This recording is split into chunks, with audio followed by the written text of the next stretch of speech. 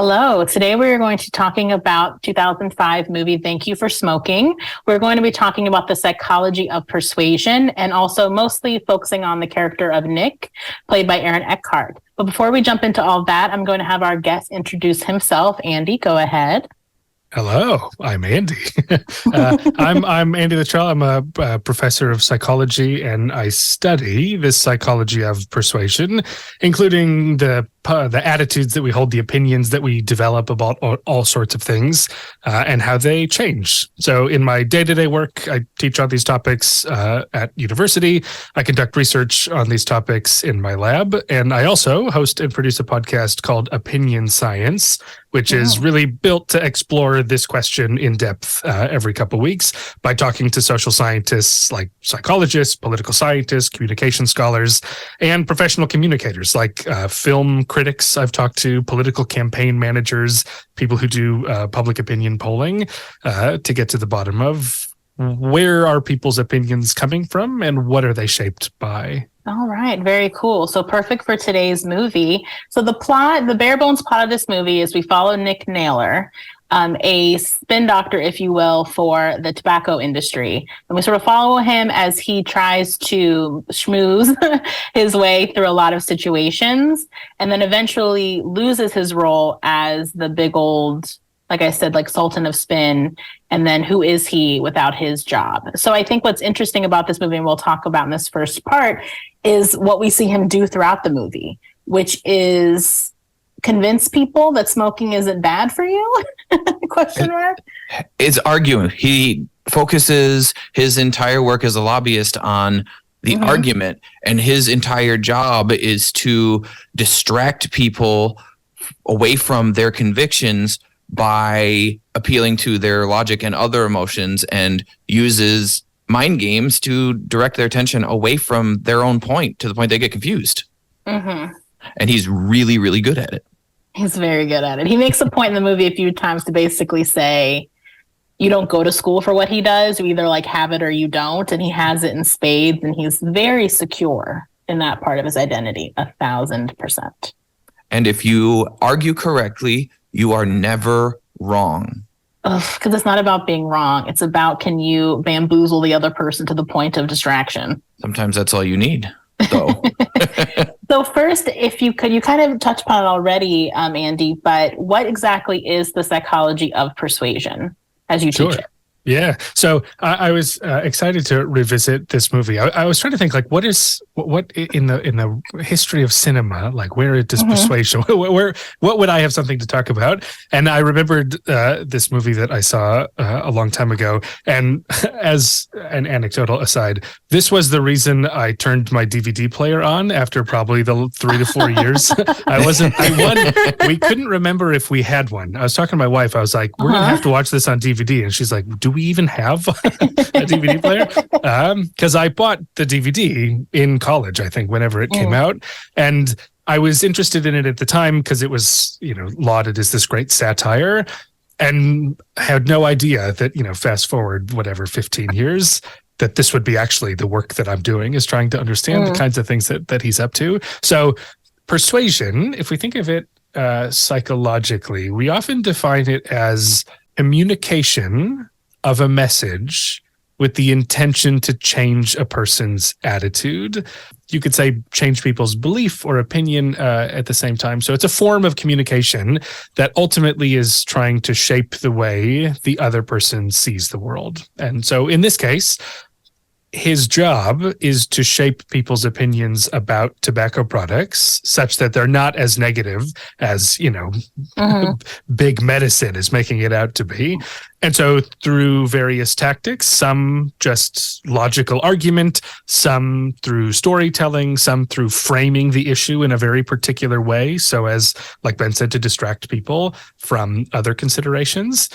He's aiming ultimately through all of that to get people to be more favorable in their personal opinions of tobacco products. So in that way, that's what he's doing, is persuading. I would say he's using kind of the classic techniques we sort of think of now when we think of gaslighting, like you kind of put it, Ben, like swerving the conversation so that you end up not even arguing about the thing where the topic started, and diverting attention. And then also feeding on emotional responses in a way that makes the arguer or the person they're debating against feel less grounded in the point they're making and more driven by their emotional responses, which then the person who's doing the gaslighting can feed upon. I think a good example of that is when he's in front of William H. Macy's senator character, whose name I could not tell you. I can see it in my mind's eye, but I cannot remember how they pronounce it in that movie because it's a wild name. And he gets the better of him so quickly by appealing to what he knows makes that senator emotional. And it was like genuinely disappointing to see the senator lose the plot so quickly. I'm like, why are you letting him get your goat? But that is like point of gaslighting in a lot of ways, is to make the other person so discombobulated emotionally that you can undercut them. I had never quite drawn it to gaslighting before. So one thing that's worth maybe mentioning is historically they're actually reflecting the way that tobacco lobbyists have done their job for ages. There's this great quote from these old documents that they pulled up in legislating about this stuff. Internal memos from some big tobacco lobby or company that said doubt is the product. That their whole job, they go, I can't convince you that smoking is healthy. We'll never win if that's our strategy. But what I can do is sow seeds of doubt, right? I can say, well, but how strong is the research that shows that it's bad for you? Don't these scientists have a particular vested interest in finding some outcome? In the movie, he calls out this poor little girl who says, my mom says that smoking is bad for you. And he says, well, that doesn't sound like a very credible expert to you, does it? Is your mom a scientist or whatever he says? Yeah, exactly. He asks Is your mom a doctor? Yeah. Or a researcher? Yep. And so all of that is just sort of planting seeds of doubt. And there's this beautiful point later on where he's talking to his son and they're trying to argue about the best flavor of ice cream. And in the end, the son is like, well, but you never convinced me that chocolate is the best. You just convinced me that the best is not vanilla. And he's like, well, I didn't have to tell you. Like, I just needed to prove you wrong. And as a result, I'm right. And that's sort of the idea. These are folks who are not proving their own position to be true. But the only real chance they have at success is to suggest that the sort of prevailing narrative is faulty somehow. And in that argument style, where the person playing the game always has the advantage, is that they have no vested interest in anything other than winning. That's it. So they are able to stay in their window of tolerance much easier and stay in their prefrontal cortex functioning instead of the exact opposite that is happening to their prey, who is getting stuck in emotional processing and operating out of their limbic system and their amygdala-driven responses, which make them less logical and therefore unable to compete. And that is the entire game. Is if I can get you off base, off kilter, off your point, it doesn't matter what you prepared. I prepared nothing. And I can beat you. It reminds me of something my dad used to say, who is a political science professor, but he would tell me that it's important to remember that the best swordsman in the world does not need to fear the second best swordsman in the world, because he's going to know absolutely everything he's going to do. Who he does need to worry about is the worst swordsman in the world. Wild card. This reminds me, have you ever seen the show Smart Guy when y'all were kids? Is that it's a Disney Channel Yeah, show. was that the Maori, like the Taj Maori, twins, yeah. their little brother. Yeah. There's this, it made such an impression on me. There's this episode where he's trying to beat a computer who's been programmed to play chess or something. And so this genius little kid is working and trying to solve the dilemma of like, how do I win against this computer? And then like the idiot neighbor comes by and tries to play against him and just fries the circuits because he goes, the moves you're making don't make any sense. No reasonable person would do this, which as I understand it, that's kind of what you're saying, right, Ben? Is that like, it's so out of left field. It's exactly like that. It's like that, or like playing poker with a drunk guy. He has so much better chance to win because he isn't able to be connected to his emotions, so he doesn't care, and you have literally no way of tracking what logic he's using, if any, at any given moment. If you're sitting there trying to use counting or statistics or any other kind of reasonable strategy, you are quite possibly going to destroy him, or he is going to wipe you off the map and take all your money, because he might go all in on nonsense and you never will. And therein lies exactly why Nick Naylor can defeat this entire, when he goes on the talk show, he defeats an entire panel of people because he comes out hot and answers the questions he wants to, not the ones he's asked. Knocking them off balance, and they don't even know where to do to begin to recover, and they're left scrambling, which puts you in an emotional state. Yeah, they're definitely the weaker swordsman in that scenario, for sure. Well, it's not even like, think about the battle in Princess Bride, right? That is two equally matched competitors playing games with each other, like, haha, I know something you don't know. I'm not left-handed. But if they were to battle somebody that makes just an incredibly bizarre, random move with no rationale, no thought, no anything but blind, dumb luck and opportunity with no perception of the risk that could be countered with strategy, you can win. In my neck of the woods, there's this thing called inoculation theory, which is this very cutesy way of talking about how people resist persuasion by using this metaphor of how vaccines work. So I promise this is going to be relevant in a second. So if you think about how vaccines work, right, we're trying to protect the body against some attack, right? And normally our bodies are vulnerable to attack because we haven't had any opportunity to build defenses against it, right? A novel virus comes along and you're not prepared for it. But if I take a vaccine, which is essentially just preparing my body's immune response, saying, hey body, this is what that virus might look like if it shows up one day. Take a day or two to sort of build up how you might mount a defense. And then you've remembered that strategy for the day the virus really comes along. Okay, so in persuasion, the idea is that, well, sometimes we are defenseless against attack because we never saw the idea that this belief could be attacked coming. And so back in the day, this is stuff from the 60s, they would talk about things called cultural truisms, which are these things that everybody believes, but nobody really has any reasons for believing. Things like an apple a day keeps the doctor away. And so we all sort of believe it. But then if someone comes along and says, actually, you know what, apples are not that great for your health, you go, I guess you're right.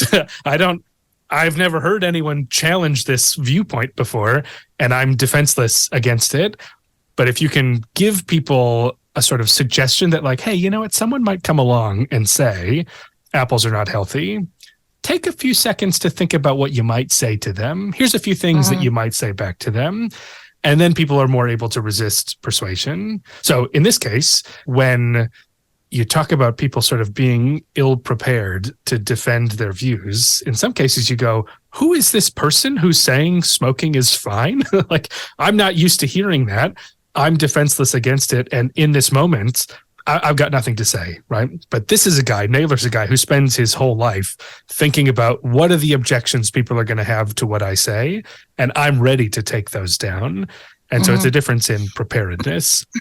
So a little persuasion trivia that connected, I think, to what you're saying.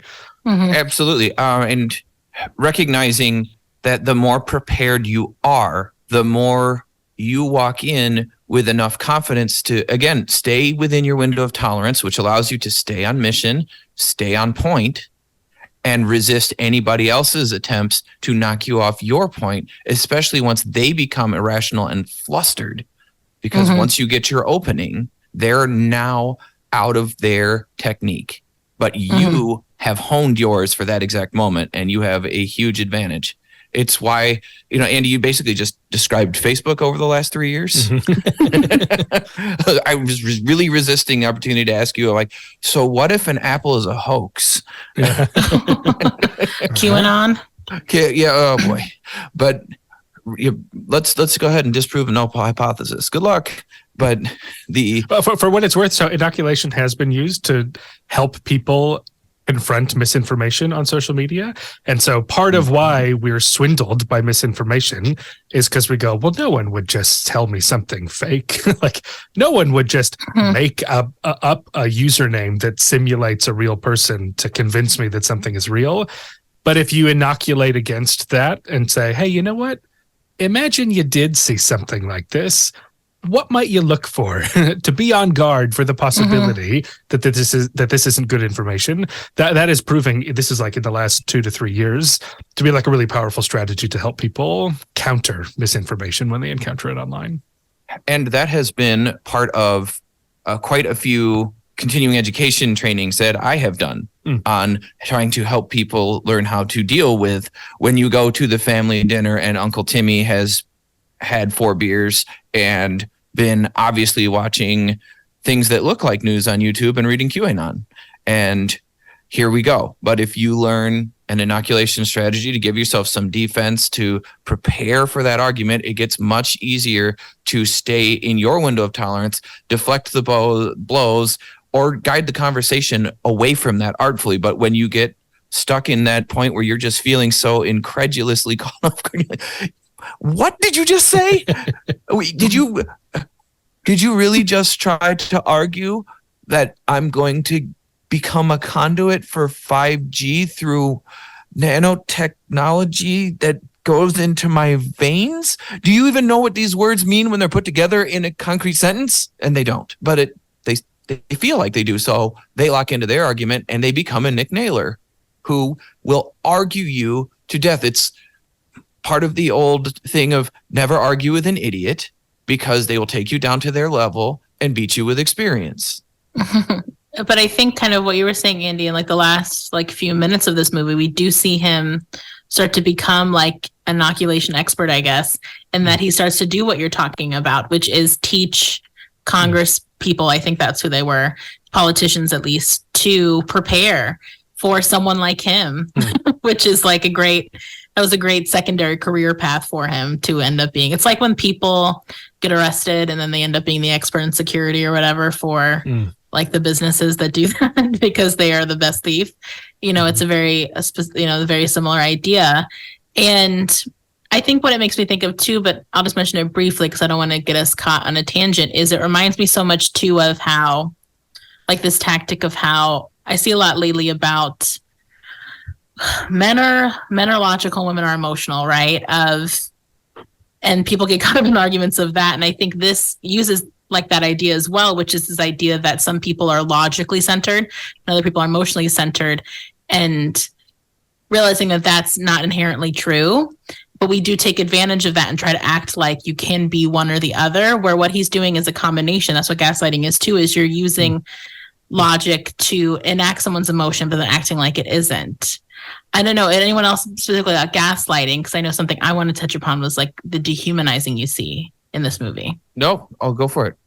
Well, I think what this movie does really artfully, because I know it's a satire, so they were really making a point, obviously, is all the little moments throughout this movie where you see the effect of dehumanization, where one great example was when they go to LA and there's that Asian man, they do not give us his specific ethnicity, who is basically just uses, I don't know, like not a toy, but like an exhibit in the middle of their offices where he's just raking a Zen, like a stereotypical, like what white people call like a Japanese Zen garden.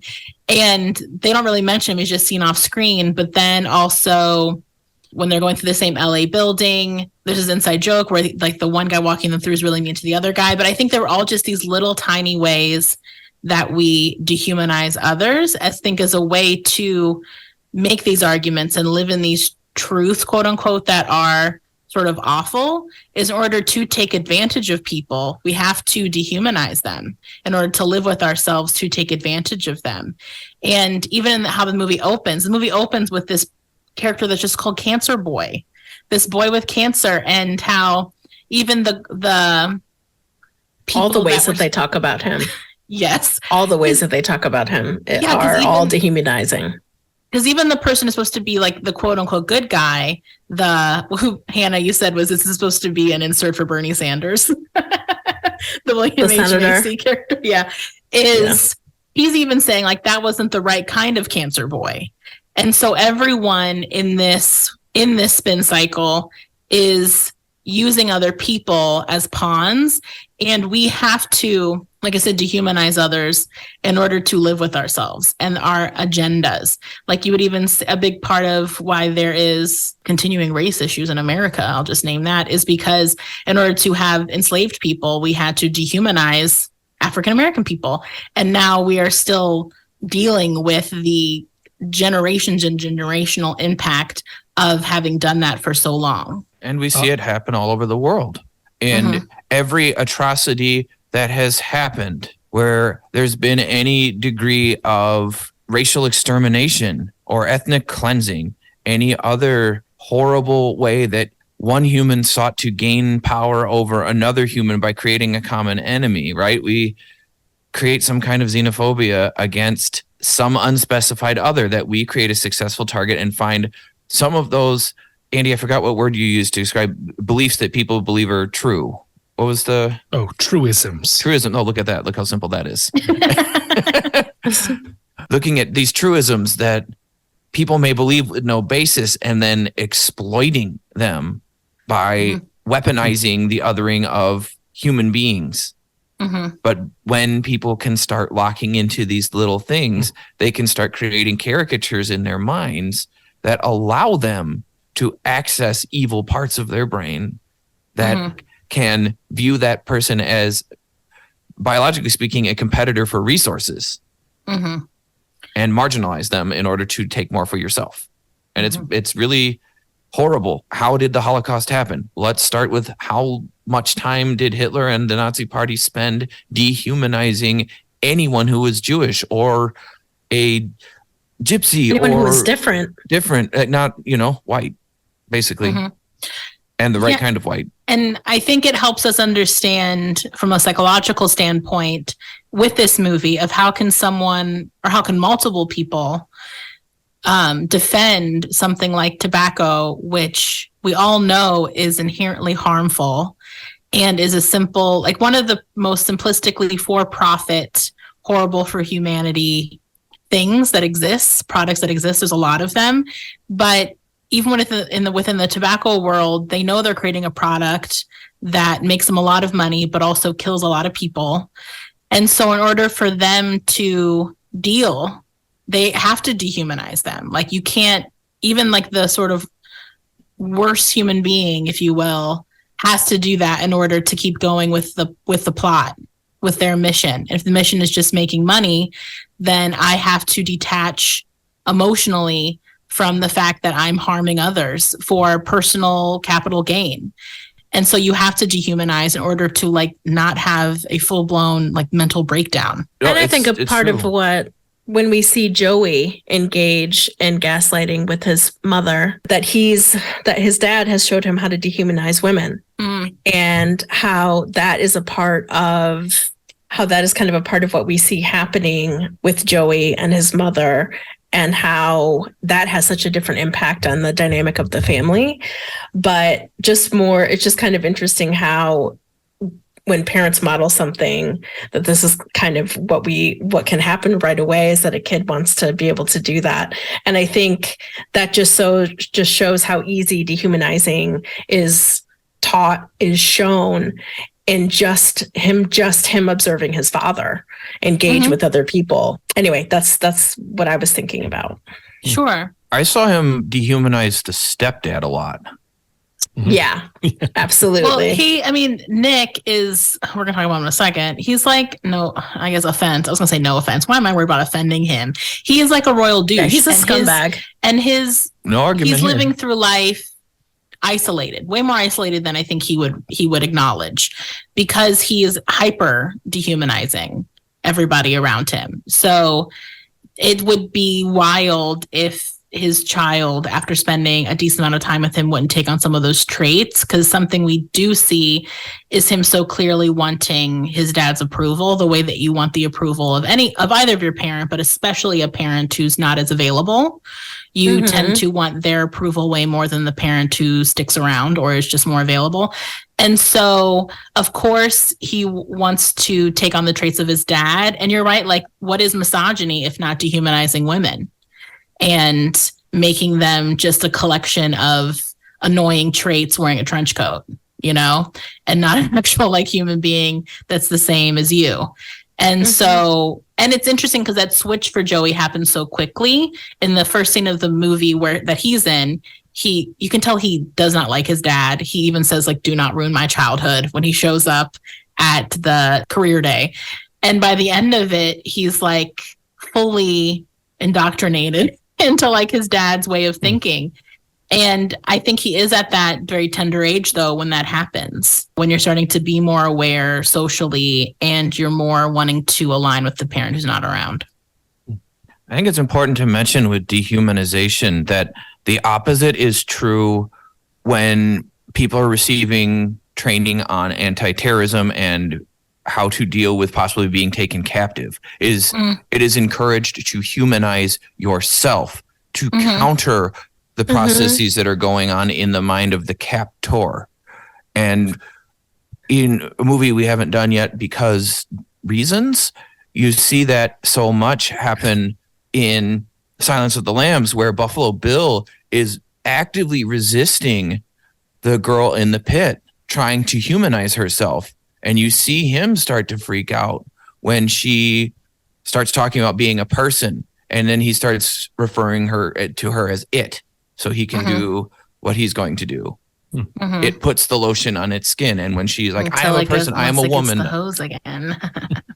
Right. But we see Nick essentially train his son that if you create a special pocket in your mind to put other people in that you've made a game out of, it makes it easier to win, and you don't have to care or think about their feelings.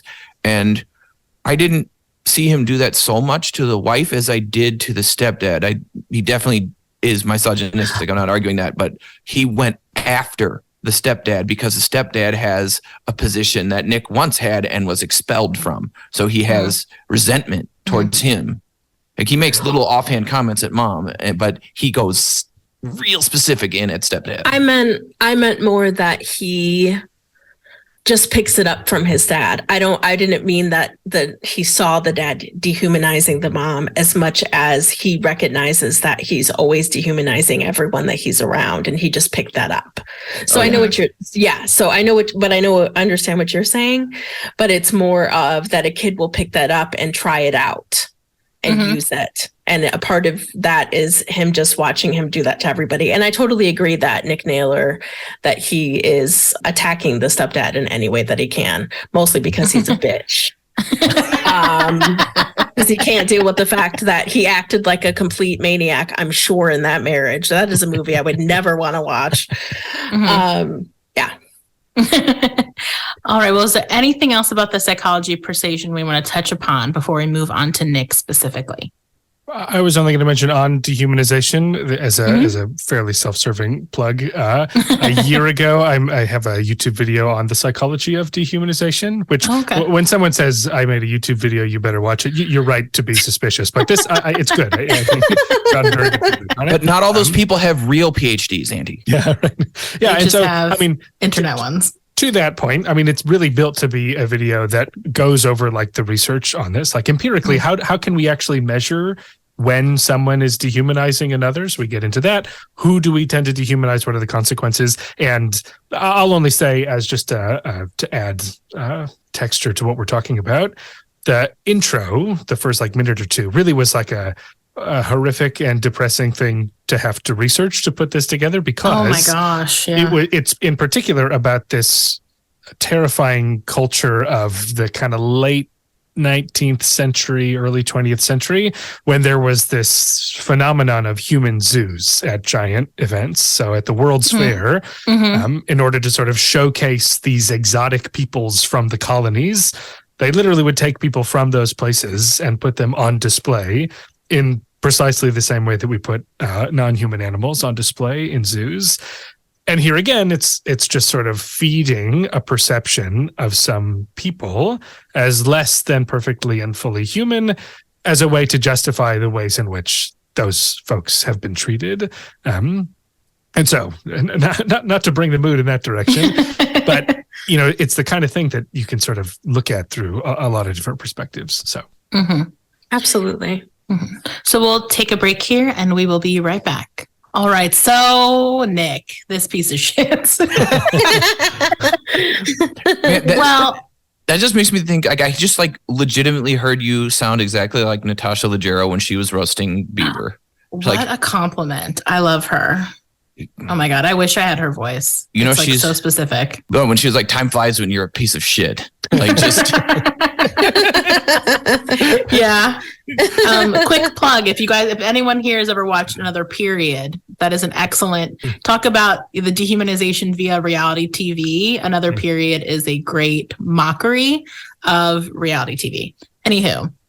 Great. So Nick is someone, I think one of the first notes I wrote when I was watching this movie is, this guy is always on.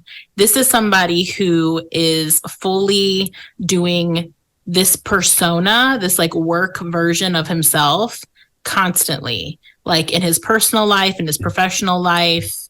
He never seems like he's someone who has different versions of himself, not in a Two-Face, beat you to it, Ben, not in a Two-Face sort of way, but you mentioning a Batman reference before I did in a movie where Two-Face is in it just makes my heart warm and full. You know what's so funny though is I did not even think about that till it was literally exiting my mouth that I was about to say Two-Face about a man who played Two-Face. But did you just watch the words leave and just go? I was like, I have to grab them before Ben does. But no, this is someone. So proud. You're welcome. This is someone whose identity is two-dimensional in that there is just this version of him all the time. Absolutely. Mm-hmm. Oh, he is, and he's in a part all the time. He has formed this part as a defense. We don't see anything about his past to know why. We just get kind of little clues from him that something happened to him somewhere that he formed this, but he is on all the time, and it is a full-on caricature of himself. It is a limited function role, aka a part of his personality that he has sectioned off and walled off and honed to fill things that have been lost and taken from him. Yeah, this is one of those movies where we say this a lot, but where we get no backstory, almost none, in that we are meeting this person, this character, right when the movie starts. We don't know really anything about his childhood. We don't even know why he got divorced, other than I assume it's because he's a dirtbag. Sure. He's a dirtbag, and he's gaslighting and cheating, and he deserved it. Well, one thing I will say is he's clearly someone who's a quote unquote workaholic. He's always working. And he's always also wearing work clothes. I noticed, even when he is playing Top Golf and stuff like that, or at the golf range, he's always wearing some version of his uniform. And I think the most dressed on we ever see him is he's wearing a polo shirt with his son when they're getting dinner. But other than that, he is someone you can tell right away that he gets his confidence. And he says this too, by being, like you said, Ben, this part. And so he's someone that doesn't have any work-life balance. He's always working, or he's being the version of him that works. And it's not great. To that point, one of my favorite little moments is, there's a plot point where he gets kidnapped, and these activists are saying something. They're saying, they're throwing these nicotine patches on him and are making claims about how dangerous smoking is. And even in that moment where he is in danger, he goes, "There's no data that supports your claim." So he's still on, even during the moment when we should be the most present and forgetting our work job. And literally anything except the parts of us that can survive. Right. And I think that is a very important point that reinforces this idea that this man is very stuck in this manufactured identity he's created for himself, and why he has done that or how he has done that is a mystery in this film. But we see that he is constantly seeking reinforcement for being in it and surrounding himself with his little club of folks Scumbags. Yes. Well, that's a great point though, Ben, that even when we see his version of downtime, it's with other people who do the exact same thing that he does. So basically work meetings, even when he is with his, I guess, friends. No, they're not friends. I mean, but that's what friends. But yeah, that's the closest we see of friends in his life. And they are people he doesn't even call friends. They're mostly just colleagues that he blows off steam with, I would say, or just riffs with. Well, right. And I feel like a part of the reason why we see Joey asking him questions is because Joey is trying to get another version of his dad.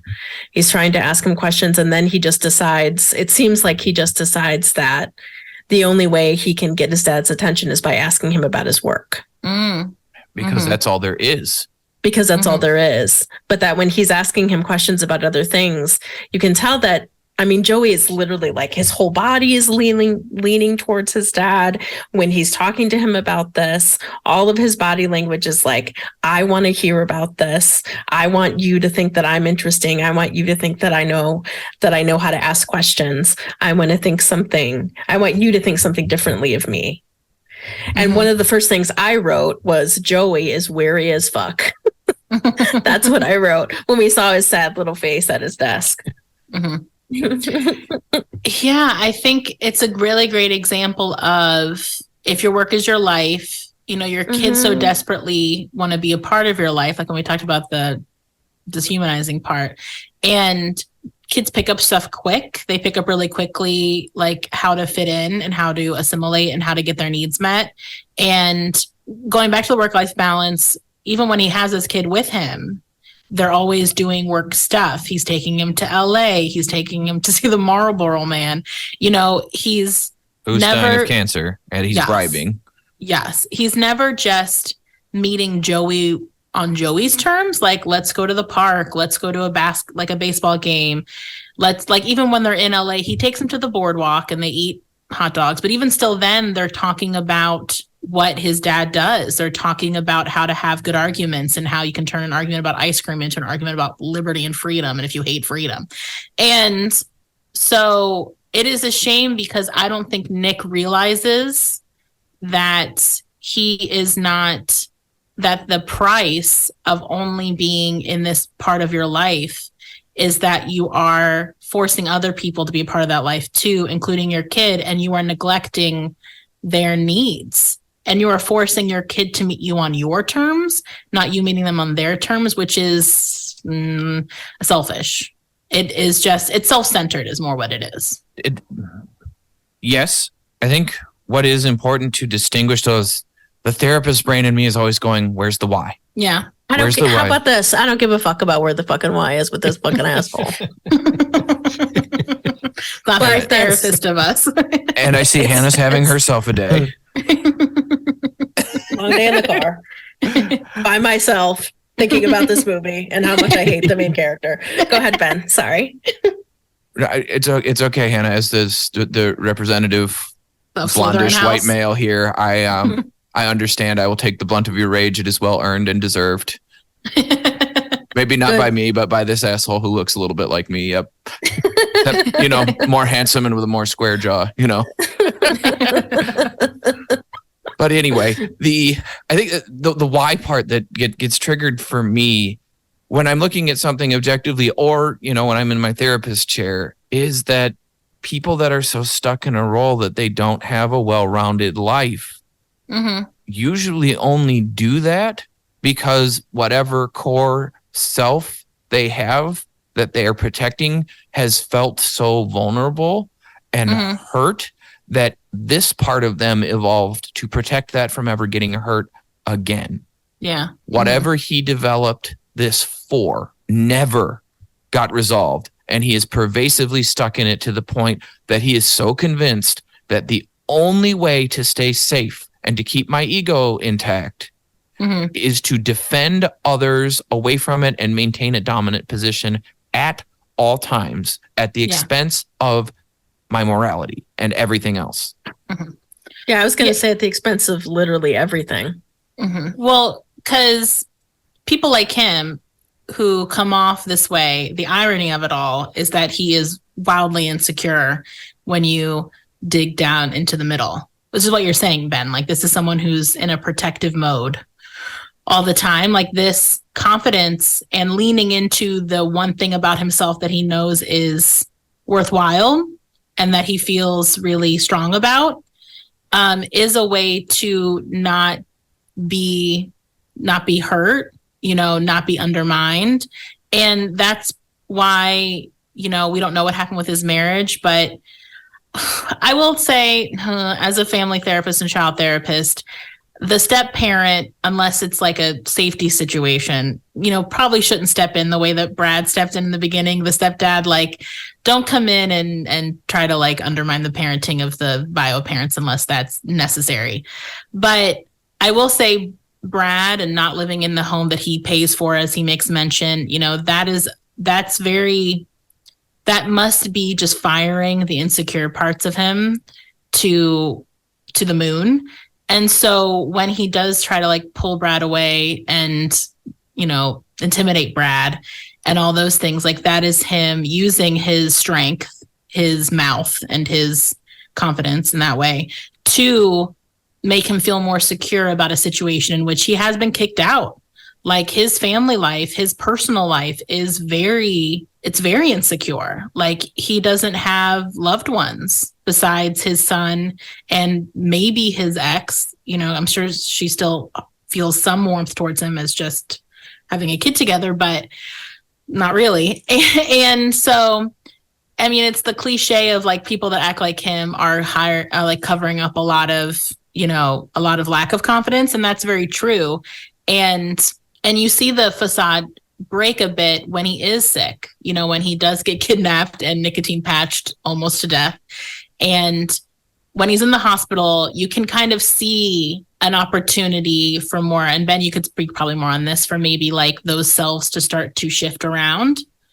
And unfortunately, because he has crafted a life where everyone only sees him in this very specific way, they immediately approach him like, are you back on? Like, his son and his coworkers and even like his sort of friends, those other people, the mod squad, they all only know how to interact with him in this very specific way, about him being this very specific person. And so he falls right back into that role because there isn't really an opportunity to be more vulnerable, to be different. Oh, he doesn't want to be vulnerable.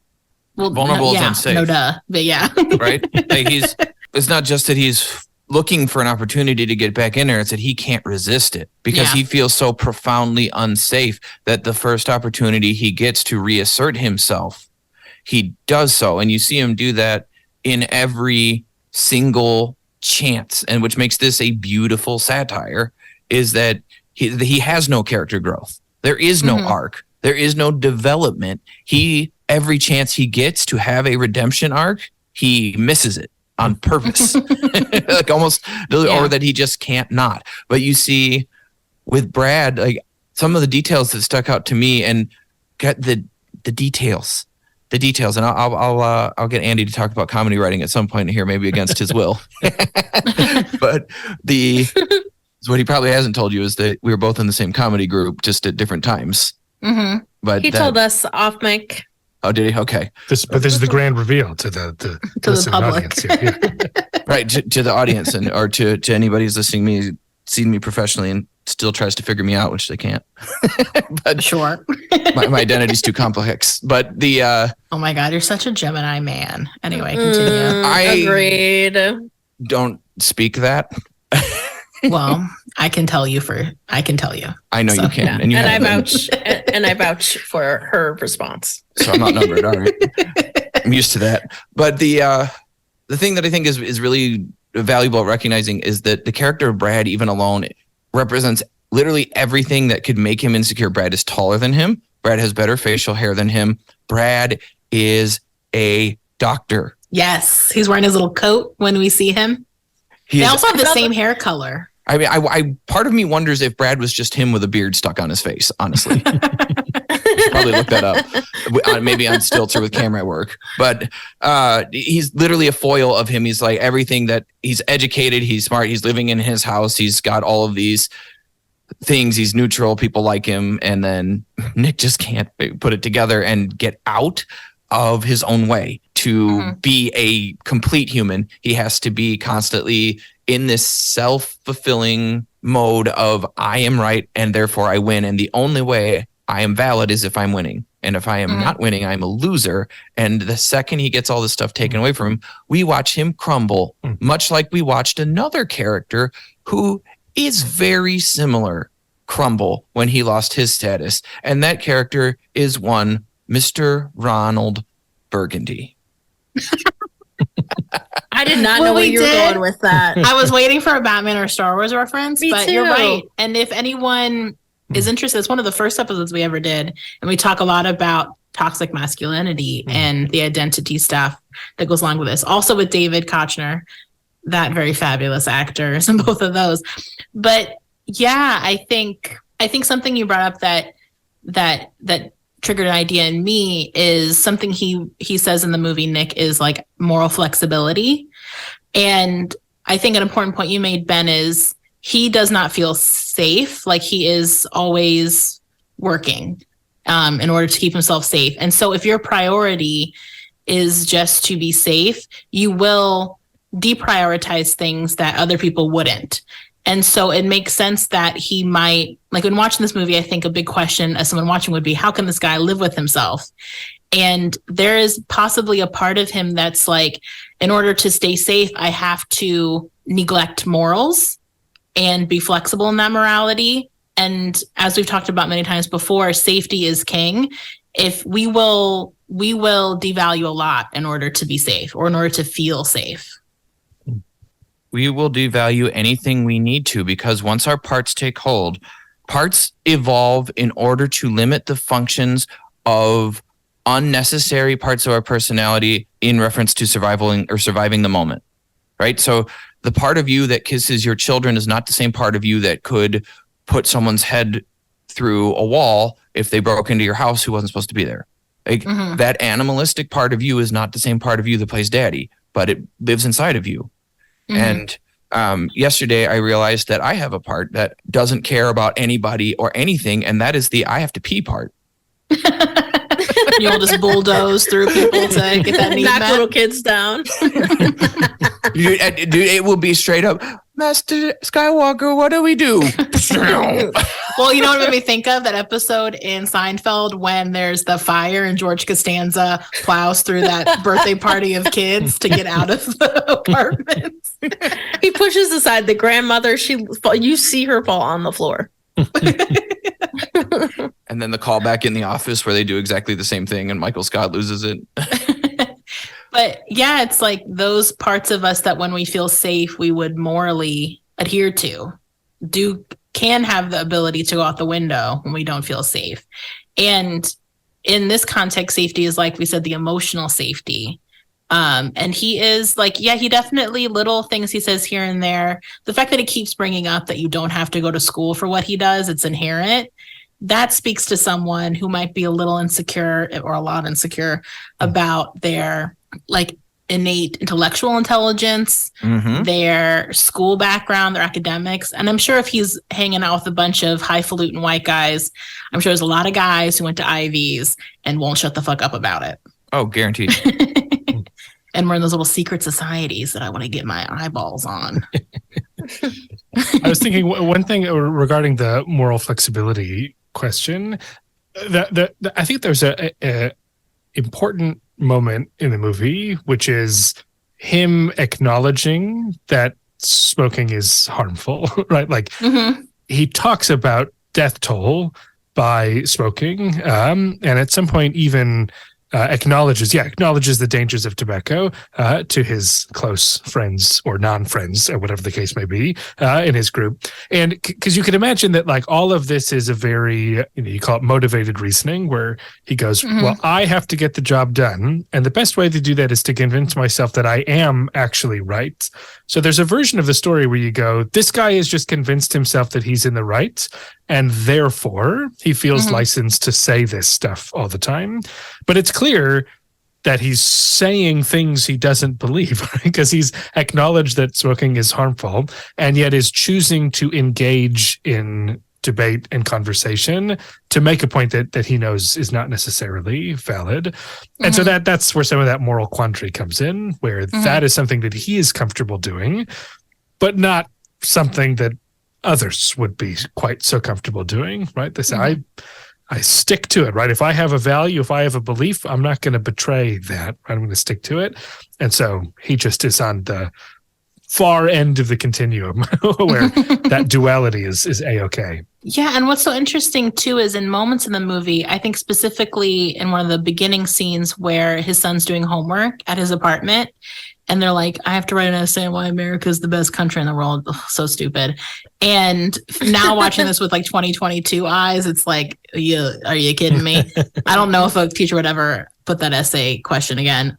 But you see that he does have almost like a nihilism that speaks to someone who is a little depressed and kind of knows what they're doing sucks and is really kind of, how do I want to put it? He is like almost like put off by the world. You know, he sees the world very like, well, nihilistically. And it makes me wonder how much this job does take a toll on him emotionally in a way that he also can't fully acknowledge, because that would be too much. Ooh, can the trauma therapist talk now? Because that... As resident trauma therapist, so somebody's got a bingo card, right? Because I just said trauma. The answer I will tell you is that without question, whatever part of him he is dissociating from that is feeling all of this will come back and come out later. And it will be a hefty load to deal with. When that happens is anyone's guess. But when he has that reckoning, he will buckle and fall to the ground like Ebenezer Scrooge with the third spirit.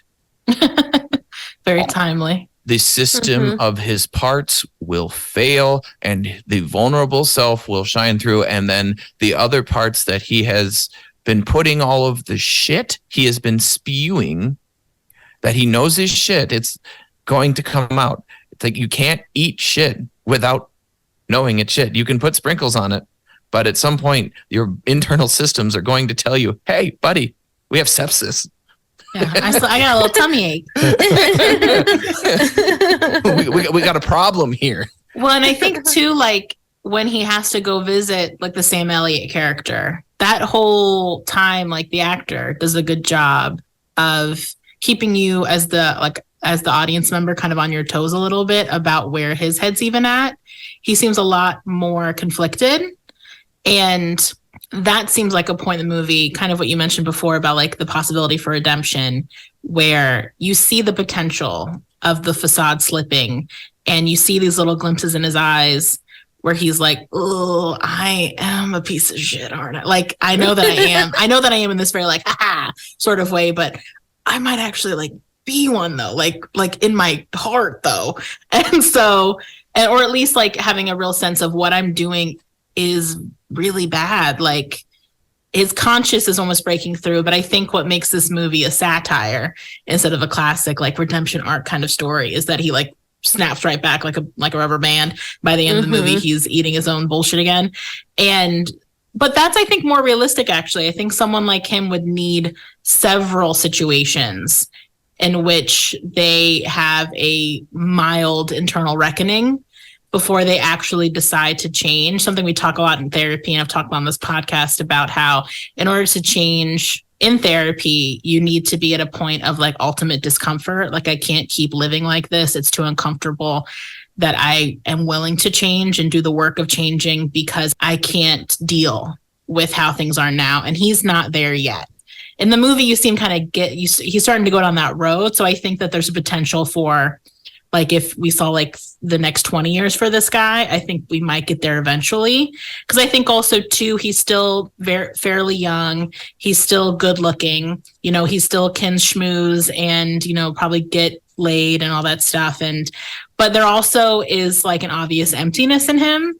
And I feel like eventually, I guess maybe this is optimist in me, think that there's going to be a point when he's like, my life sucks. And we do kind of see that when he loses his job, though. So I guess like if he had maintained that, like lost his job and never found a way out of that, like back into that persona doing his job again, he might be someone that would finally go to therapy and get his shit together then.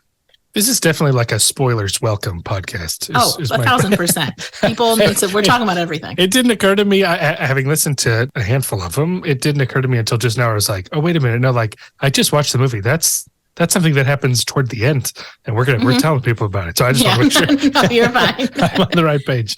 And to be fair, the movie did come out 17 years ago. Yeah. If you haven't seen it by now. So, you know, if you haven't seen it by now, it's, you know, dust off your DVD player. Yeah. Right. Yeah. And so I don't know. And I think sliding into one of the topics we wanted to discuss is the idea of detachment. In that probably one of the clearest mental healthy things we see happen in this movie is the depression he falls into when he loses his job and his position. And that does happen when, like we talked about, Ben, when the only part of him that is activated, the only part of him that is worthwhile is taken from you, you are fucked. Correct. Once you lose your identity, once you lose whatever you've invested in, if that gets taken from you, you have to reinvent yourself or figure out how to reapply the known skills in a different context. And that takes grieving. And people don't want to do that because grieving hurts. Yeah. And he actively resists any opportunity to take any responsibility for his own feelings ever. Yeah. He just lucks out and that he falls back into the role. Because in the real life situations, and why I discourage people from getting totally involved in one area of their life, is that, like I said, you are fucked if you lose that. And so you want to practice something called, like I call healthy detachment, which is you never want one thing in your life to be the thing that gives you meaning and the thing that makes you who you are, because you don't have control over that thing maintaining in your life forever. You mean like when you're so hell-bent on being the lawyer that catches the mob bosses. Here we go. That you lose sight of your morality. Yeah. And you allow everything to be driven by chance. And you literally become a Batman villain. And you let a quarter dictate your life. No. And so people will really buck against me as a therapist when I discourage attachment in that way. And because you're right, like in the sense, like people do want a relationship to be everything, or their kid, or being a parent, or their job. And I think on its face, it doesn't seem that bad. But like you see in this, if nothing else to take away from this movie, is that that's what happens though. You need your identity to be multifaceted so that if something happens that's out of your control, you can still keep going on and you don't have to fall apart and just stare in your refrigerator like he does. Well, often people who do jobs like his, any job that requires you to get into a flow state regularly. And this will be something I learned at Eastern Illinois, where both me and Andy achieved our basic psychological education. So high five there. What I learned at Eastern that I always took with me is people who are engaged in high flow jobs often don't retire until they're ready to die, like ready to really give up. Yeah. And then they die. Yeah. Or until they're made to retire. And you see police officers and surgeons and pilots and politicians is why they don't retire until they literally cannot do the job anymore, because they often have given so much to this job and get so addicted to being in that flow state where they feel like gods. Flow is that state where you are able to spontaneously access all of your resources in a dynamic way that allows you to solve problems with every bit of learning you've ever had without the danger state that usually produces it. And that's important because when you're in the same kind of flow state that survival activates, it's fucking scary and you don't want to do it again. But when you get to do it when you're on stage or performing a surgery and you just find it and you are in the zone, it feels really good and it's addictive. And people that are in jobs like this often lose track of other parts of their life where they find meaning. And I work with police. This is something that I see a lot, and we have to do pre-retirement seminars with, like, it's important that you start investing in non-police friends and non-police activities, because everything around you, much like Nick Naylor is investing, everything is lobbyist friends. Your identity becomes so unfaceted that when that meaning you derived from that is taken from you, you lose the will to live. For real. And it's essentially encountering logotherapy in reverse. It is learning that without purpose, people die, and finding purpose is the meaning of life. That suffering is unavoidable, but purpose allows you to get through. With a why, you can endure anyhow.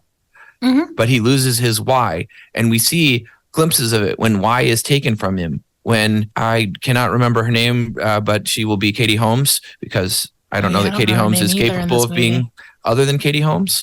But recognizing that when Katie Holmes takes from him and beats him at his own game, and she legitimately whipped his ass. Like, he thought he was able to be vulnerable with her, at least enough so. He thought that their conversations were okay. He can actually process some of this stuff, unload that she's on his team and he's being grifted. And it wasn't until he was able to find leverage over her that we see him break out of this fired, no job, no friends, not talking to anybody, not going anywhere, not leaving the house, moping state where he has no meaning, that he very may have well gotten suicidal from, had that persisted. And it's very important that people recognize life must be multifaceted. Meaning must come from many directions, because the only constant in life is change. I wonder if it's worth reframing a little bit of this. One thing I'm thinking as you are talking about this, I don't know the clinical literature, so maybe I'm off base here, but to frame that as detachment doesn't strike me as quite capturing it, right? Because for as much as our attachment to identities, roles, and what have you can set us up for negative outcomes, they're also a vehicle for us to feel good, right? Like when we are attached, right, we can celebrate our victories as though they are our own. We can feel good when we accomplish things in that domain. It seems like the critical thing is not leaning only on one identity. There's some work in self-esteem showing that people can have variance in the number of contingencies of self-worth that they have. And so sometimes you go, well, I get my self-esteem from a whole bunch of places. I get it from my family. I get it from my job. I get it from my after school activities. I get it from whatever. I've got a lot of contingencies of self-worth. Others say, I only feel good when I win the basketball game. I play basketball with my friends. The only time I feel good is when I win there. Okay, well, that's, as you're saying, dangerous, because that sets you up for, hey, if you lose your basketball game, your self-esteem plummets. You feel miserable. But if you had other contingencies of self-worth, you get a buffer. You go, I can lose and I can feel the hit, right? I'm attached to that. That's part of the thing that gets me going. But I have this array of other bases of self-worth that I can turn to, other identities, other roles, other virtues. And so I don't know that I would quite, it doesn't seem like we're quite saying to detach from these domains, but just to diversify your portfolio of where you get the juice. Right. Which, you know, Ben's ADD took over here, and we'll own that. The medicine does not work at this point in time of night. But anywho, detachment comes in when you want to numb out and you don't want to feel any of that anymore. And then the detachment will set in. And that's, I think, where people are enabled to do things they would normally, where they start trading now feelings that give them what they feel like they can have or do deserve, that they can let themselves have, versus what they really want and what's consistent with their values. So they detach from their belief that they can pursue what they want, and they accept what they feel they can have, what feels accessible to meet whatever need they can have. Is why people who may really have a problem with alcohol or have a problem with casual sex, if they have been single long enough, may start trading, where their moral stance on it is, and go, well, I actually kind of have a need, and I've been single for a long time and nobody's liked me, and this person doesn't want to date, but I mean, they'll be with me for tonight. That's better than nobody with me at all. Well, and I can further clarify that clinically, when I talk about detachment with clients, and I think I use this word, but maybe I missed it, is I say healthy detachment. I don't just say detachment, period. I say healthy detachment. And I define that for clients as the sort of like antidote or like counterpoint to enmeshment.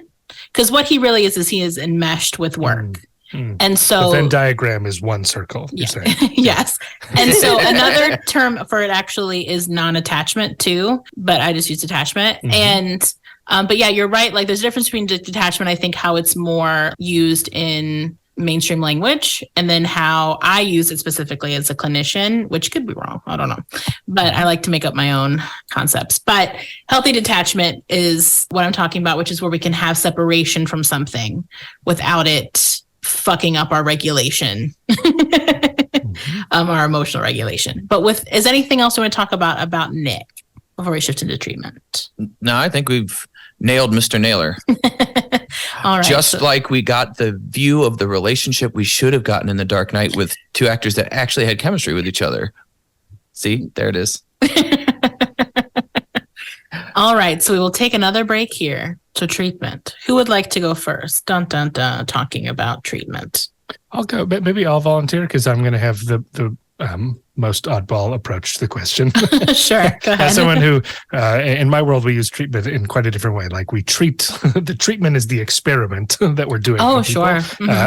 But that's not quite what I'm going to say here, which is some of this got me thinking of, I know there's some work in the concept of authenticity, this idea of essentially what this guy, Nick Naylor's not being, right? Which is he's presenting a very manicured and deliberate image of himself to the world, to the point that, as we saw, is dishonest because he's saying things outwardly that we know he doesn't believe.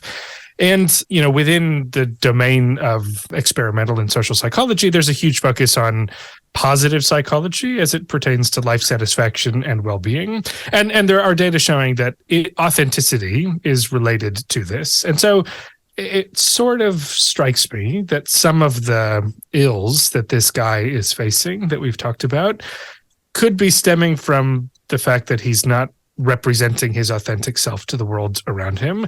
The data show that, for example, in relationships, when we feel like we're being guarded, when we're not revealing our true self to our partner, then relationship satisfaction isn't as high as it could be. And so I can't quite confidently take this kind of predictive correlational work and give a prescriptive like everyone ought to do this or this guy ought to do this. But I would encourage this fella to practice a little more authenticity, to reflect a little bit on who he actually is and let other people into that rather than being so guarded and deliberate in the way that he presents himself. Is that, did I approach this treatment portion of the program? Honestly, someone like him, though, I think where your kind of work would be really helpful is I do think someone like him might need like actual evidence, like study-based evidence to back up why us as clinicians would be encouraging him to do something that's going to make him want to barf on himself. I mean, first you'd have to figure out who authentic Nick even is. But then, yeah. Brittany, I love you, but I'm going to profoundly disagree with you here. What? We just watched an entire movie about a man who rejects evidence, and you said that he might need evidence to. Well, here's what I'm saying is he definitely will try to spin it, and that'll be something as a therapist you'll have to address with him is having a system for stopping his spin in your office. But I do think someone who is that guarded and that stuck sometimes. And also, no offense, a man like that needs like logic, quote unquote, like evidence to prove why they should make a change like that. And not just like it might be better for your overall well-being and mental health. Not this man. Yeah. And alternatively, like if you look at what is the thing that really gets him going. It seems like he does want to have a good relationship with his kid, right? Yeah. It seems like there is part of that is a value of his. And you could pitch it, right? If I put my, how do you frame the message hat on, you could pitch this as sort of most in the interest of improving the relationship you have with your son, right? Like the way you foster a stronger relationship is to be true to yourself. I mean, you can't tell your kid everything, but you could get a little closer maybe than this guy has gotten. Or maybe in his case, a little bit less, a little further. Well, and maybe that expose is a move in that direction, right? Can't hide from it anymore, right? There are secrets that were revealed, and maybe embracing that is a strategy for finally feeling a little more comfortable with yourself. That's very true. Well, Ben, would you like to go next then, since you know everything? Just I'm glad you finally openly acknowledge that. Can you tell my wife, please? Because she's been with me for 13 years and she hasn't learned yet. So I think maybe if we could get some validation on that point. No? Never. All right. Well, I'll use the mighty edit hammer, and we'll just delete the part where it sounds really sarcastic. That you can have a little. You can make a little button out of it that you just wear around your neck around the house, and you hit me saying that whenever your wife challenges you. I'm gonna put it in a Build-A-Bear, and that way it can press the heart of it, rip and it'll its just head say, off. "Ben knows everything." Like, see, validation. But anywho, not that I know everything. I think I know what you mean, though, working with this guy, recognizing that if you get into the game with him, you will activate that part no matter what you are doing. And you have to get him to a spot where, and he has to get himself, let me be super clear about that. He has to be willing to let that armor down and put down his sword and be authentic. Like Andy is saying, like you have to find some way to access where the real him is. And the only times I think we see that in this film, we see a little glimpse of it, is when he sees his son, because that breaks his demeanor every time. And he has to switch in and out of it. And you see that look of like, oh shit, what do I do with this? And Aaron Eckhart's face was really good at that. His facial acting was really good at showing an affect change, which for non-jargon languages, emotions are the biography and affect is the biology of our feelings. So it's the facial expressions, the body language, the tone of voice, those kinds of things as outward expressions that communicate to other humans what the feeling is in a way that can be perceived or subconsciously is the word I'm looking for there. Anywho, recognizing that for him, getting to that authentic part of him, that vulnerable side of him, is going to have to mean you take more of that kind of Fritz Perls approach, or even the Carl Rogers approach, neither of which I really love doing with clients, where when someone starts talking, you just don't give them anything other than and you sit with them and make them feel by not trying to do anything with their feeling, but create space for it. And I think for him, that would drive him bananas for a while, because people who have that like high drive, high anxiety, high enjoyment out of conflict, when you aren't giving it to them, will try to elicit that kind of response from you. And I think for him, breaking out of the part that wants to play the game with you and wants to beat you and wants to win is going to be vital for any therapist to figure out if you're going to get anywhere. He has to figure that out on his end. But a therapist also has to recognize when they're going to do something to inevitably trigger that part and avoid that technique at all times, which is why, Brittany, I say I love you, but I disagree, is that the minute you start taking out research, he's going to activate the lobbyist part of him, and he's going to challenge every fucking thing. And it's going to be like arguing with QAnon morons on the internet, where no matter what degree of evidence, they're just going to ask for more. And then they'll ask, well, who wrote it? Well, who funded it? Well, it's peer reviewed, but they don't know what peer reviewed means. They haven't taken a research methods course and wouldn't know the difference between a peer-reviewed article and something some jackass on the internet wrote. Oh, wait, did we describe QAnon? Oh, we already said that. Okay, we're good. Anyway, recognizing the importance of keeping him out of that part and keeping him in his authentic self is going to require doing the opposite of what he wants you to do, and showing him that he cannot in any way, shape, or form draw you in to his game. You have to gray rock with him, essentially. Yeah. where the therapist pulls a very calm, quiet, non-engaging, non-competitive. Is that the way you want to see it? Interesting. Like that kind of thing. I recognize that. And then when his body starts to react, you'd have to feel this out, but recognizing the more Gestalt therapy like approach of looking at him and going, what's going on with your body right now? I wonder why you're doing that. What's that? What are you feeling? And watch him upset. I think of him like, I don't know if I've talked about this on the show before, but I talk about it with people I supervise because it had a profound impact on me of watching the Gloria videos, which I believe are on YouTube, where you see three therapists, three classic white men therapists, but anywho, go through some of the foundational approaches to what were used over the last 40 years of REBT versus, we see REBT versus person-centered versus Gestalt therapy in a showdown with the same client. And you see this person that they're doing therapy with, Gloria, has a lot of parts of her that are a lot like Nick Naylor, that want to fight, want to argue, want to contend, and stay very defensive, very on guard, and keep the therapist off balance. And Fritz Perls, the creator of Gestalt therapy, draws her attention back to her body and doesn't engage with her stuff. And you see that start to really throw her off her game really fast. And then watching the REBT logical approach try to go after her.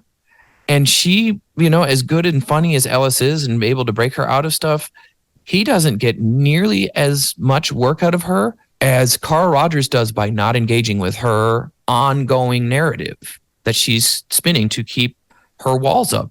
No matter what the other therapist orders, she keeps spinning another thing to put up another defense, another wall, just like Nick Naylor does. And watching Rogers sit and stare at her and go, and her get profoundly uncomfortable and start yelling at him and trying to draw him in and like, why aren't you saying anything? Why aren't you doing? Aren't you supposed to be helping me? Isn't this supposed to be about me? And he just goes, I see that upsets you. And then unbeknownst to her, she goes, it does upset me. It makes me, and then he's, she's forced to fill the space with her own real authentic feelings. And she doesn't even realize she's doing it. But all he had to do to create that was not engage. And I think it's really important to recognize with a character like Nick, if you try to contend with him, if you try to be the expert, you can never prove his null hypothesis. You cannot win. And if you try to, he's already won. And he flat tells you that. So for me, it would be more of that withdrawn, quiet. I'm going to help you and meet you where you're at. And when you're ready to engage, we can do the work and do the teaching and do the things I might do with clients who need it, but not him. He would eat that alive and just go home and research it and tear you apart on it and make you frustrated by going, well, who says that? Dr. Luttrell. He says that if you try to convince people, they're just going to reject you. And he went to Ohio State. Where'd you go to? Don't bring me into this. Wright State. Wrong college. All right, Wheel. Hannah, would you like to go? Yeah, sure. So I really thought about the family a lot in this film. And I have a couple of different ideas. But I think the main thing to know is before I could ever have Nick Naylor in session in any capacity, he would have to do individual work first. So that's just like a caveat to what I'm about to talk about. So I've been thinking about blended families and how do we, if Nick Naylor comes around to it at some point, how do we help foster a better situation for Joey for a couple of different reasons? One, Joey has gotten the validation from his father already that the way that he's acting is good in some way, or that he is seen. And the behavior that I'm talking about is the gaslighting that he does with his mother, I think he is the reason why his dad comes around to deciding to turn on the reporter. He becomes the little genius of his own in terms of the awful behavior that his father has. And so, and that at some point when Nick Naylor has to diversify his portfolio, they will have to contend with his son have learned this bad behavior from him in the past, and how are they going to manage that? And also, how are they going to manage that without the mother being activated by probably behavior that was present in their marriage? as well. And so a part of what I was thinking about, I don't know that we would include Brad or not. Brad's kind of, I feel like Brad might be, because also he's not a permanent person yet. Like she's not married to him. Yeah. So you wouldn't necessarily bring Brad into the picture, but it just makes me think about how important it would be. So let's say I get this, I have the family, I have the mom and the dad, and I have Joey, and I have all of them in my office, and we're dealing with his behavior towards a teacher who pulled something, kind of what Ben was talking about, how he would work with Nick. Of not, like, Joey's not getting the response that he needs or that he wants in order to move forward with something. And so let's say he like gets really mad and starts cursing out the teacher. Let's just say that's what happens. And so they come into my office because this is like the 6th or 7th time this has happened. This has happened enough times. So they come into my office, and a part of what I would really want to help them do is help Nick take responsibility for his behavior in the first place. And a part of the way that I would do that is we would just talk about different ways, just talk about kind of asking Joey a little bit, like, what do you feel like you did to contribute to this? And he might say nothing. He might. Because he's a kid. And also that's pretty natural and normal. Or he would say, I don't know. Then I would be able to kind of pull mom and dad in and say, well, do one of you want to give us a better sense of what we think is contributing to this? And a part of the work I would have to do is really watch mom and dad to see whether or not that they would be activated.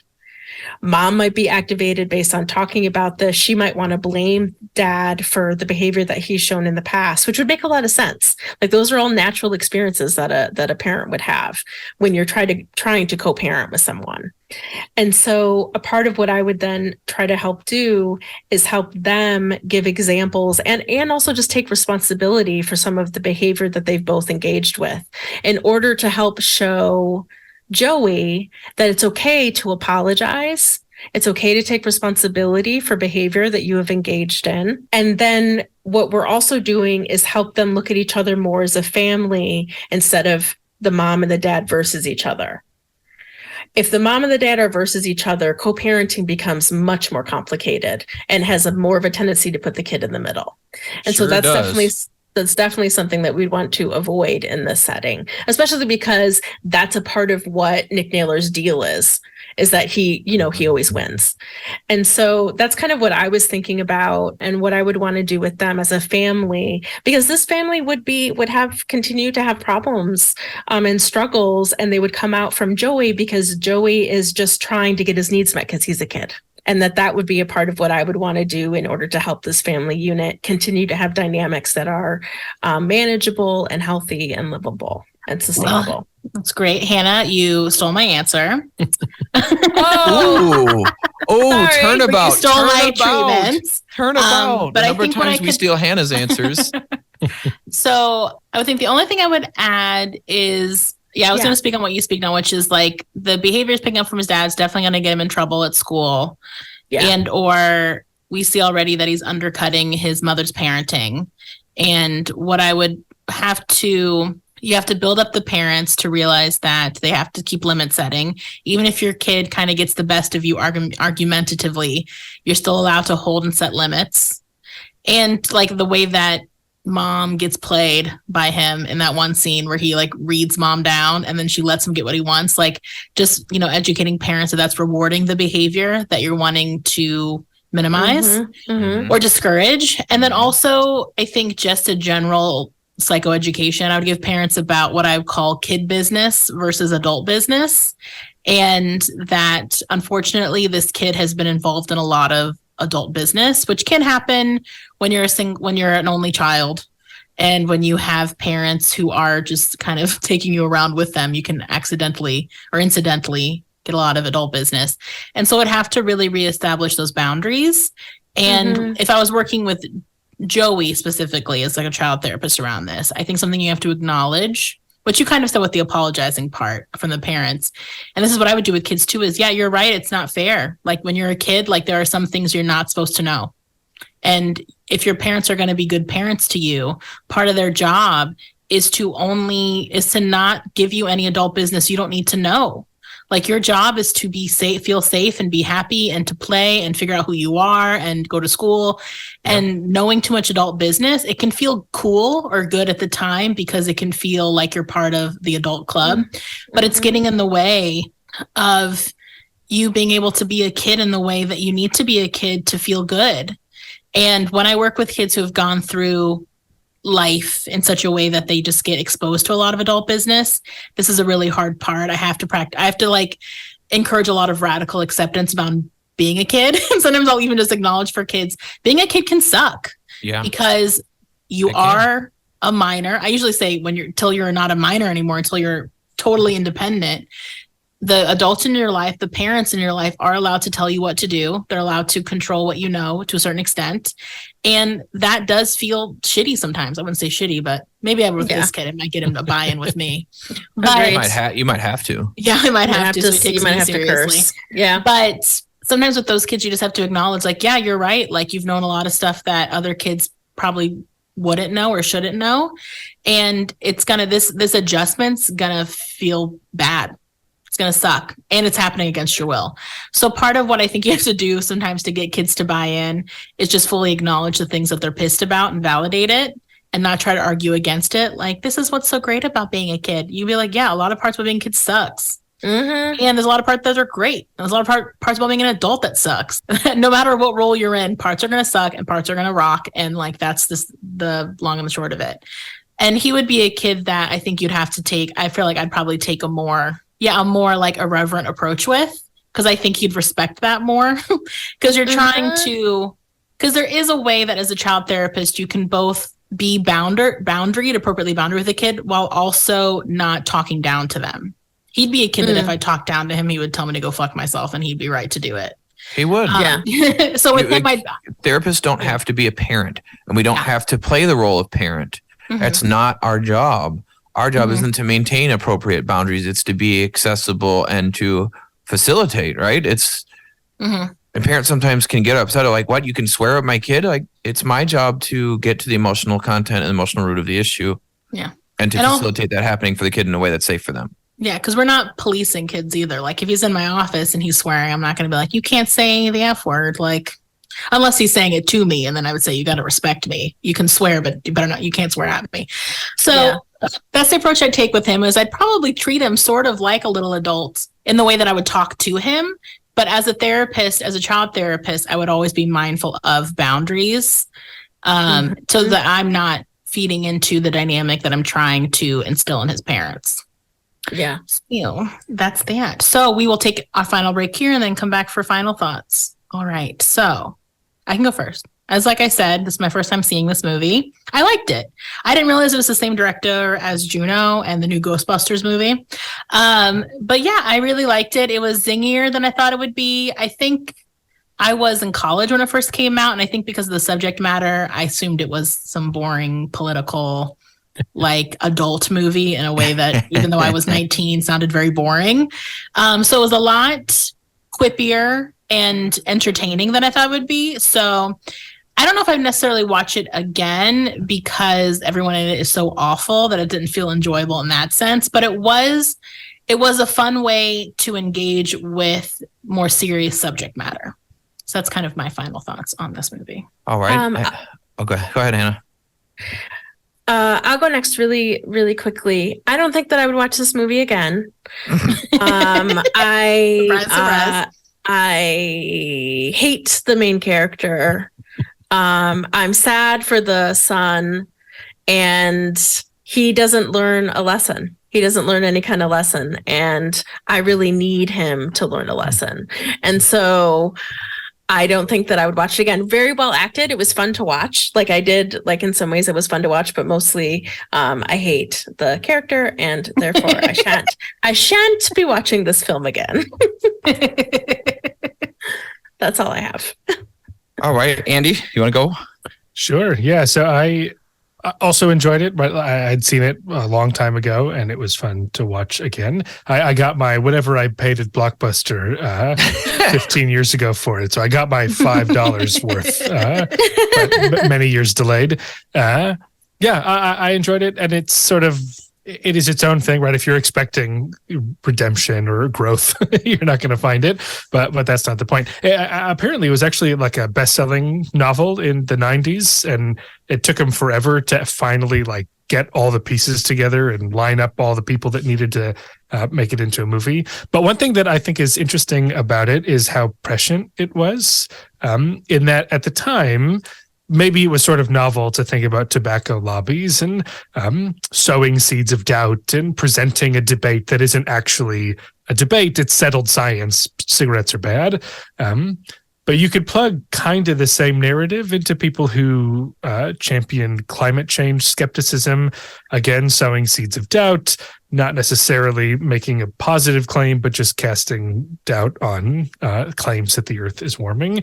And as I think about it, over the last couple of years of sowing doubt about the pandemic, about the value of health protective behaviors, we sort of are now maybe more cynical and attentive to the fact that folks like Nick Naylor are a little more omnipresent than we may have given credit for when this came out in 2005. So for that reason, I think it's worth a watch today, even though it was made quite a while ago.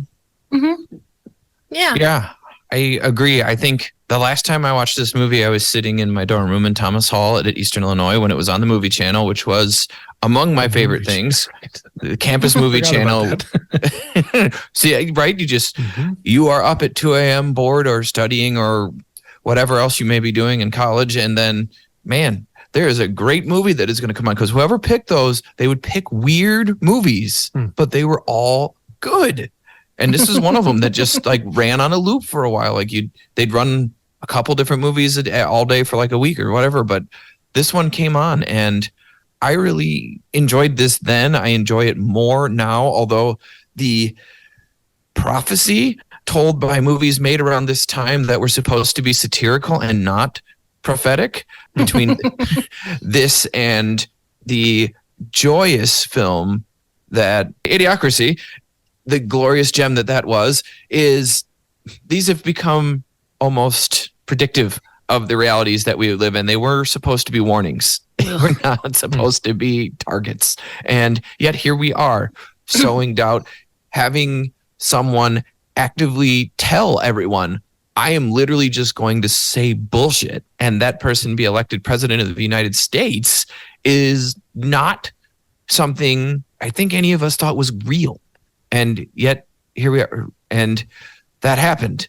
And we went through this time where like, hey, there's a disease that's killing millions of people. And people are like, nah, it's not real.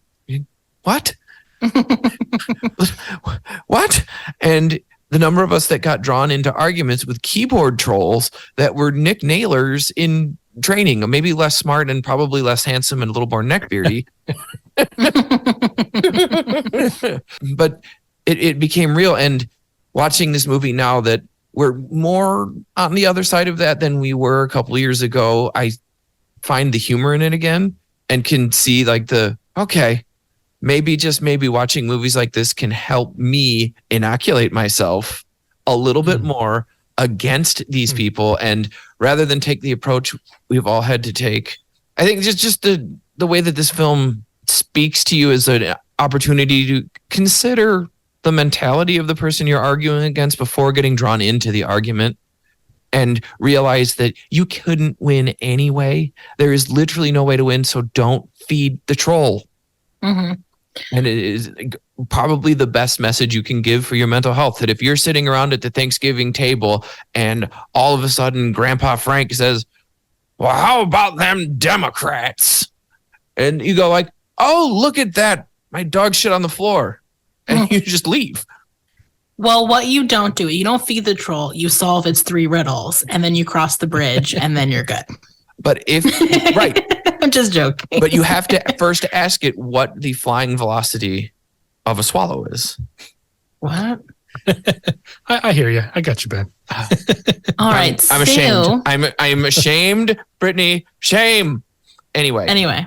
I like this film. I would watch it again, and it may have been something I watched in Psychopathology, a film that we talked about at Eastern, which is my favorite class ever. So I think this movie's great. All right. Well, Andy, before we sign off, where would you like to be found?